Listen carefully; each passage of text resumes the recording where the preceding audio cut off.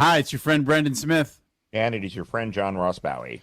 And we are the Record Junkies, and we're doing a little special Maiden theme pop up today because, well, we nerded out and went to the Lemley NoHo 7 the other night for the world premiere of the brand new documentary Burning Ambition about, well, my favorite band and the greatest band in the history of bands, Iron Maiden. I would argue that it was probably just the San Fernando Valley premiere rather than the world premiere. But yes, nonetheless, we were there and it was awesome. And everyone had their shirts. Yes, we both answered the question. Yeah, can you wear a band shirt to the concert? Of course you can. Can you wear a band shirt to their documentary? And the answer was an overwhelming yes. Not just the two of us, but everybody that was there. Everybody that was there was flying their colors. It was something. There were a bunch of, look, people who love Maiden have been around for a while. Yeah. So I would say the average age the other night was, I don't know, maybe 50, 51, 52. I'd say the average age was get your prostate looked at. Yeah, exactly. And but they were all, they were there supporting their favorite band. It was a raucous crowd. It wasn't completely sold out. It was full, but yeah, definitely people were there to see their heroes chronicled in yet another documentary. So John and I thought, well, we have to sit down with each other and just give our honest review, our honest assessment. So John, without further ado, I think I might as well please start the process. Okay, here's the good and the bad. Not the ugly, but the good and the bad. The good.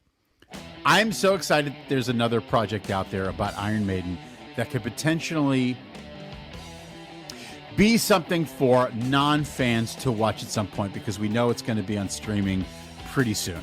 Right. I think the people that are going to the theaters this weekend are hardcore fans. I'm excited for non-fans to see this because I think that what the movie did well was just paint a broad portrait of the band. For people that have never seen them. Yeah. There's a lot of emphasis on Iron Maiden fans in the movie. Yeah. It's one thing they do very well is they chronicle the importance, the importance of the bond between the band and its fans. And the eclecticism of not so much of the fans themselves, but what a broad appeal they have, contrary to what you might expect. Yeah, absolutely. I mean, Maiden fans run the gamut for every ethnicity on the planet, every country on the planet, because they've been to every country on the planet. Young, old, scientist, field worker. I mean, there's so many different Iron Maiden fans. And I think that the movie did a good job of supporting the idea that, anyone that is an Iron Maiden fan is automatically part of this family. There's also some celebrity fans in the movie. We got Javier Bardem. We got Gene Simmons. We got Scotty Ian from Anthrax, of course, Tom Morello. Who else was? Chuck D. That was another great thing. And I'll let you run with the Chuck D thing. But Javier Bardem was sort of a standout because his enthusiasm for the band is clear. He's probably the person who appears on screen the most of anyone that's chronicled. They did talk to a bunch of old school Iron Maiden fans, including Steph, a.k.a. Cap'n Harris, on Instagram. She's famous throughout the Iron Maiden world because she and her dudes, they travel around the world and chronicle their adventures on YouTube. They don't just go to the show. They'll tell you what they do during the day, where they eat, who they meet up with. They're very much a part of the Iron Maiden touring family. And she also makes these incredible Eddie dolls. She's done it for the band. She's done it for charity events. She makes these really intricate dolls that she also chronicles in her Instagram account. So all that was really good. Which brings us to this is what I've been thinking about since I watched the movie. Again, so glad that there's another vehicle out there just to prove to the world that this is one of the great bands of all time.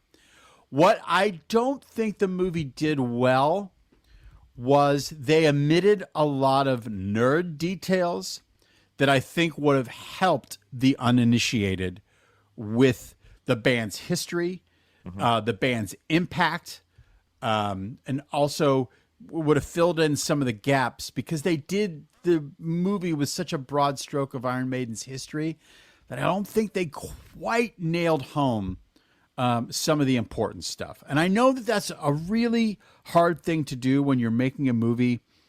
You know, I know with music documentaries, they're always trying to balance between making a movie for the fans and making a movie for people who don't know anything about the band.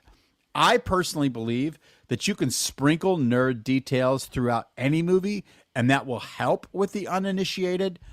That was something I felt like this movie didn't do well.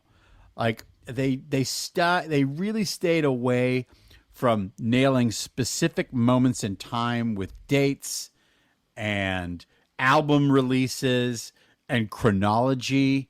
They sort of like blended the 80s together in a sort of a large manner that I'm still finding kind of weird. That's just my personal opinion. Well, is that what you mean by nerd details? Like the sort of wonkier, like, because I mean they skipped over Seventh Son of a Seventh Son entirely. Yeah, they didn't go into, like, in March of 1981 we entered the studio to make what would become Number of the Beast. Like they missed out on a lot of that stuff. They sort of did the Paul Di'Anno era, the original Iron Maiden era, the first two records, without really chronicling how exactly they got their record contract and when they went into the studio for the first time. They didn't go over any of the influences. They didn't ask the band members, like, what were the influences in your life that led you to Iron Maiden? Because I feel like that's like a really crucial element. For that band in particular. Yeah, because for the uninitiated, Maiden is the culmination of Thin Lizzy, Led Zeppelin, Deep Purple, Queen, UFO, Black Sabbath. They talked a little bit about the late 70s scene in the UK, and the punk. They didn't want to participate in the punk scene. Okay, well, what drew you to play this kind of hard rock in the clubs of East London? What other forces were you bumping up against? We do hear Steve Harris say they wanted us to be punkier because that's what was selling at the time. But why did you reject it? Did you want to carry the torch for Queen and Deep Purple? There were other, like, here's another nerd detail that they missed. When Nico McBrain, this won't be a spoiler for anybody, when Nico McBrain retired in Brazil, that colossal stadium gave him an overwhelmingly emotional goodbye. And they started chanting, ole, ole, ole, ole, Nico, Nico.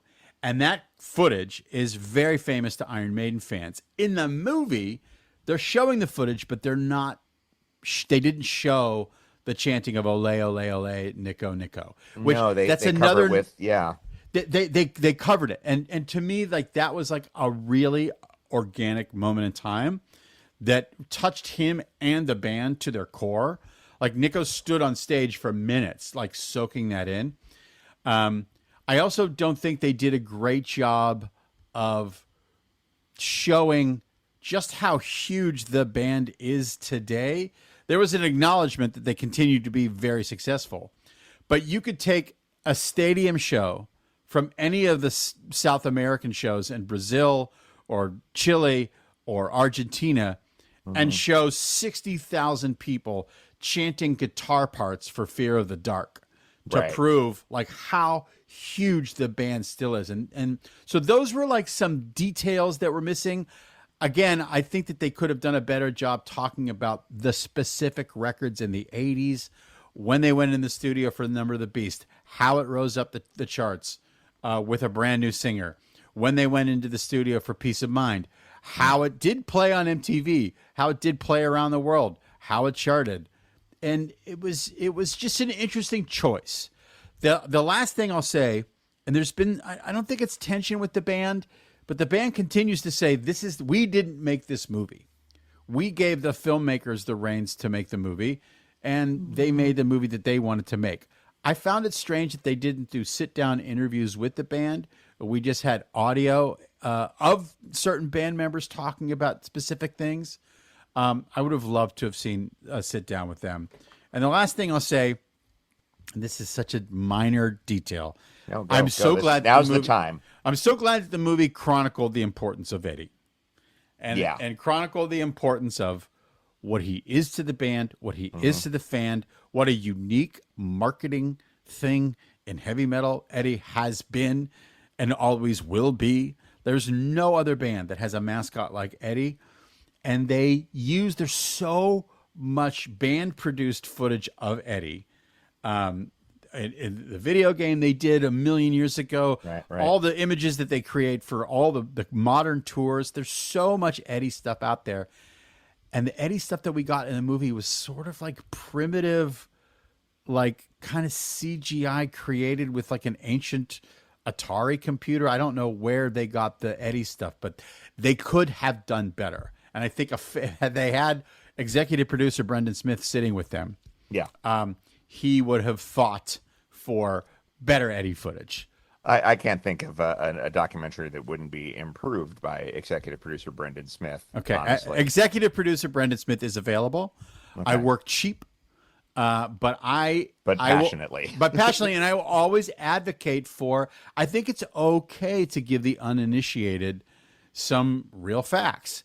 And I think that at the end, when the screen goes black, it should say Iron Maiden was inducted into the 2026 Rock and Roll Hall of Fame. That was strange. I understand that there is a lag time for any movie, but you could throw up a frame about that at the end of that film. It was a weird omission, especially since everything is being, I doubt they're sending out 35 millimeter prints. If you're sending out a digital copy of this thing, just throw that frame at the end. It costs nothing at this point. Right. Now, speaking of cost, here's the last thing that I'll say, but also, if you don't have a copy of Flight 666, great. The fantastic documentary about Iron Maiden made by the guys at Banger Films many years ago, go get this one. This is the masterpiece. This was an interesting thing. My sister-in-law is a documentary film producer. My brother asked her this question on my behalf. There was a lot of footage of Iron Maiden, especially from the 80s in the movie, that had a grainy, like sort of low quality feel to it in the movie. Yeah. And it's because it's so expensive to bring up video footage to high resolution. Oh, okay. She is working on a current project with an unnamed artist. It's kind of a big deal. I can't say who it is, but they are finding that one of the big costs for that artist is video footage and bringing it up to high resolution. So it's a choice.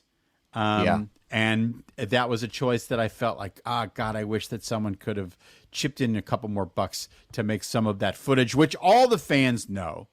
From the Live After Death concert in Long Beach a million years ago, various European TV appearances, their appearance on Rockpile, like all kinds of stuff that they just didn't spend the money to bring up to speed. That's okay. So in short, not really a movie for the fans, because I think the fans have seen a lot of this stuff. The fans knew a lot of this stuff. I could hear fans going like, how come you didn't include this, that, or the other thing? But I'm so thrilled that the project was done and that they were able to capture the importance capture the importance of the bond between band and fans. Yeah. John Russ Bowie. I want to say one quick thing vis-a-vis Eddie and the whole the branding of it. Yes, I can't think of another mascot for a band. There's the Milo cartoon for the Descendants, but the Descendants don't fill arenas, with all due respect and love to my friends, the Descendants. But what you mentioned, the video game that they had, and if any other band came out with a video game, you would immediately think, oh my God, that's so corny. What are these guys doing? When Iron Maiden did it, it was like, oh yeah, what took so long? But obviously there should be an Iron Maiden video game. There should be several Iron Maiden video games, actually. It should be a franchise on the PS5 like Call of Duty. What are we doing? What are we doing as a people? Um, I enjoyed the film. It is an hour and 25 minutes long. It, in some regards, to your point, could be a little longer. The nerdy detail I feel is missing that could attract non-fans or at least pique their interest and make them sort of sit down and lean forward into the movie a little bit is all first of all the literary inferences references in the band. I mean, there's they've got songs based on Coleridge poems. They've got all sorts of there's a lot of literature going through, and a lot of old movies and a lot of old TV shows. There's a great song based on the 60s TV show The Prisoner. There's a little bit of, they can spend a little more time with the lyrics and the literary quality of them. I'm also kind of the opinion that Bruce could get his own documentary because the guy's fascinating. They mentioned the fact that he flew the band jet. They did not mention the fact that he was also just a professional, full-time commercial airline pilot for a while. They don't mention the fact that he's written a couple of novels. They don't mention the fact that he's a master fencer. They don't mention the fact that he produced a film about Aleister Crowley. This is just a really, really interesting guy who wants to do all the things. He's a big reader, so he's like, oh, what would it feel like to write a book? I'll write a book and find out. He's a rock star, and he's very, very good at being a rock star, but he's got so many broad interests that he has had the time and the resources to partake of, that I find that really, really interesting. He could also star in his own BBC detective show. Oh God. He could be the lead of the British Columbo. Oh my God. And in any period. He could be the guy hunting Jack the Ripper. And that would be he could be Doctor Who. Shoot it into my veins, man. He could be Doctor Who. First of all, Scott Ian said something really interesting in the documentary about the show, about Iron Maiden's production value, an Iron Maiden concert's production value being akin to Broadway. And he's right. And I think it's one of the things that I've always loved about Maiden, because, as a frequent listener to this podcast knows, I have a big show tune streak. I grew up listening to I discovered Broadway before I discovered Maiden. And there is a real theatricality to this guy and his myriad costume changes. Yeah. On that Flight 66 tour, I believe that was called the Somewhere Back in Time tour, was the tour that movie documents. I saw them on that tour, and guy comes out dressed as a redcoat for the Trooper. There's so many musicians who try acting, and you're like, I don't know, man. I kind of wish Dickinson would give it a shot. He was a theater major when he was young. And why isn't that in the documentary? Yeah. Yeah, they didn't dive a lot into the individual members' sort of backstory. And a lot of that stuff you can find on this, because on the extras, Bruce goes to a flight simulator when they're on tour just to practice. So, but I've interrupted your flow of thought, John. No, it's okay. It's okay. So my point stands. The man is fascinating. Yes. Give him a little more time. And let's distinguish a little bit between the three guitarists. They got a little lost in the shuffle. And obviously you got to focus on Steve, who is a primary songwriter and invented the galloping bass, which as a bassist I have often tried to emulate, and it's just really, really hard. But I feel like they could have taken a little more time. Again, you clock in under 90 minutes.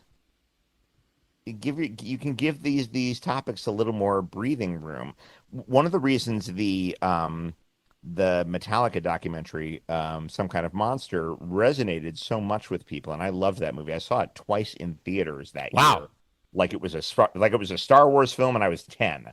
Wow. I really loved that Metallica movie, because it is at its core, it's about these four guys in their group therapy. It really humanizes them. It was also clearly produced by somebody outside of the band. I think I believe Maiden's manager is a producer on this movie, and I think that holds them back a little bit. And I think his son. Oh, okay. I think Rod Smallwood is the manager of Iron Maiden, and fans know Rod is essentially the seventh member of the band. I mean, he is as important to their success as anything else. But I saw the name. I think it was Ben Smallwood, and I'm like, Oh, yeah. Okay. Maybe it's his son then. Yeah. Yeah. But yeah, it's a. Having said all of that, entertaining, great footage. Yeah. Smartly edited. And I agree. The fan interviews are what appear to be the only new footage in the film. Everything else is archival. Yeah. And for the most part, and it's just these very simple gray background guys and girls almost uniformly wearing Maiden shirts, talking about their love for the band. And Chuck D talks extensely about Eddie. And Public Enemy also have that kind of striking mascot of the guy in the crosshairs. I'm not sure if the guy has a name. Nor does he have a narrative of fighting the devil, because Eddie is more powerful than the devil. So, well, yeah, obviously Eddie also is that's when he's fighting the devil. He's also a very, very competent Sphinx. Let us not lose sight of his work as a cyber warrior. I would hate to sleep on his time as a World War II pilot. We won't, let's not omit that from our stories here. No, Eddie is a man for all seasons. But yeah, I feel like what it captured really well was the enthusiasm that people have for the band. I just think the film could have taken greater pains to infect other people, new people, with that enthusiasm. Yeah. Javier Bardem reading the lyrics to Run to the Hills in a quasi-dramatic reading, for me, was the highlight of the movie. Yeah. Here's a nerd detail. As you said, give me a nerd detail many, many minutes ago. The Eddie thing kind of did start with a roadie putting on a kind of a skeleton mask in the very, very early days of the band. Oh, wow. And they also had sort of that same sort of skeleton face that they would just put up on the backdrop in the small clubs that they would play and blow smoke through that mask. Yeah. There's famous footage of that, but they didn't talk about that. They almost made it seem like Eddie came out of nowhere and they met with an artist and he had a character that kind of looked like that was Derek Riggs. But it started in the clubs. Like they started including some of that theatrical element to their shows almost right away to stand out. No details about the new wave of British metal either, which was sort of the scene that they came out of, and the adjacent bands that were a part of that scene too. Saxon, Priests, all those guys Saxon, aren't mentioned. Def Leppard, Tigers of Pantang. Like, it was a very specific scene that they were very much a part of. The Roundhouse in the UK, which was a huge, huge club for them to play in. It's actually it's where a very famous, I believe it's the It's Alive record. The Ramones live record is recorded at the Roundhouse. Oh, okay. And it is now one of the homes of the Royal Shakespeare Company. I did not know that. Currently. That's fun. Yeah, currently. Oh.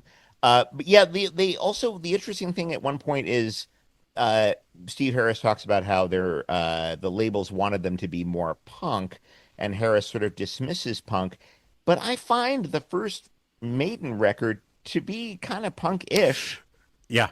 I agree. Paul's kind of a raw, Paul's a raw vocalist. Yeah. He's got a lot more grit in his voice than Bruce, who is, a trained tenor.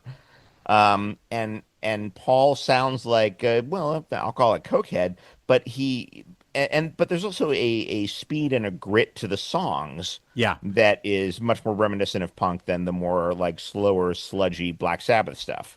Rothschild on the album Killers, Paul Di'Anno, has a very So that was the tension in the band, I think, a little bit too, because Paul Di'Anno was more in a sort of a punk vein than Steve Harris. Yeah. Even the way that he dressed, like you could say, well, that's classic metal, but it drew some punk fans in. Like Short Di'Anno hair. had that thing. Short hair. Yeah, and the short hair. Like Paul Di'Anno, John Ross Bowie, could you put Paul Di'Anno, the original lead singer of Iron Maiden, into a punk band? I mean, there's almost like a Billy Idol quality to his singing. You know, he could have been in New Generation or whatever. Generation X. Generation X, sorry, New Generation. Yeah, he absolutely. No, there's a grit to his voice, without forsaking melody, that would have made him perfectly comfortable in 999 or the Undertones. Yes, I know they're Irish. Back off. I know they're Irish. They're not British. Okay, I draw the distinction. Just everybody breathe. And I feel like he would have been very, very comfortable there. It's and they also did mention that he passed away, unless I missed that. They did not mention that, and he did. And that struck me as a little weird. He died a couple years ago, and it was sort of sad. And I found that was a kind of a glaring omission to not mention that that their first lead singer is no longer with us. But there was something delightful about seeing it with an audience of people who were louder than most movie theater audiences. By the way, we should clarify that the Laemmle is a small chain of small multiplexes here in Los Angeles named for Carl Laemmle, who was the head of Universal back in the 30s. But he also he was also for some reason, this chain of theaters specializes in a lot of independent films. So you can see a lot of art house cinema. The Burning Ambition is released and distributed by Universal, but they do a lot of indie movies there. So it was kind of fun to have 20 or so metalheads in a little art house cinema in the Valley, where you could very easily be seeing the new Joachim Trier, but you're not, because you're got your fucking horns up. And I think you said it best, Brendan, as the lights went down and you yelled out, "Scream for me, North Hollywood!" And I thought that set a tone that people responded to really well. I got the laugh. I knew I would get the laugh for the Maiden fans. It's the easiest laugh we've ever gotten, and yet it was exactly what the moment needed. Yes. Interestingly enough, the movie didn't chronicle that. I would have cut executive. I would have done a massive supercut of him just scream for me, Helsinki. Scream for me, Lima. Scream for me, Dortmund. Scream for me, Des Moines. Scream for me, New Mexico.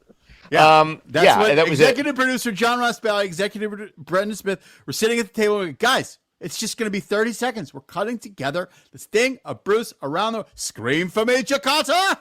And it is an instant viral. It's like it's better than a trailer. It's hilarious. Come on. Mm-hmm. Yeah. Anyway. But you know what? In conclusion, thank God. You know, I'm just glad that there's just another thing. Flight 666, go get it. It's on YouTube, I think. There's also the band produced the history of Iron Maiden many years ago. It's in 2 parts. That's up on YouTube right now. That gets into more of the nerd details and has on-screen interviews with all the guys in the band. Nico McBrain didn't come out of nowhere. He was in the Pat Travers band. Yannick Gers didn't come out of nowhere. He played with Ian Gillan. Like, you know, nerd details. Executive producer Brendan Smith. You did it. Yeah, I tried. John, I tried. I tried. And I'm available. I'm cheap. I know. Yes, you absolutely are. Well, buddy, but it was also fun to go to a movie with you. We spoke to KNAC after the film was over. They were there handing out T-shirts, which was super fun. They're back. KNAC, turn the dial and rip the knob off. They are absolutely back, and we talked to Hollywood. Yeah. And had a wonderful brief conversation with him. I suppose if you, I imagine that our audio showed up at some point. That I would hope probably so. Hear it on air at some point. I would hope so. If it's too loud, you're too old.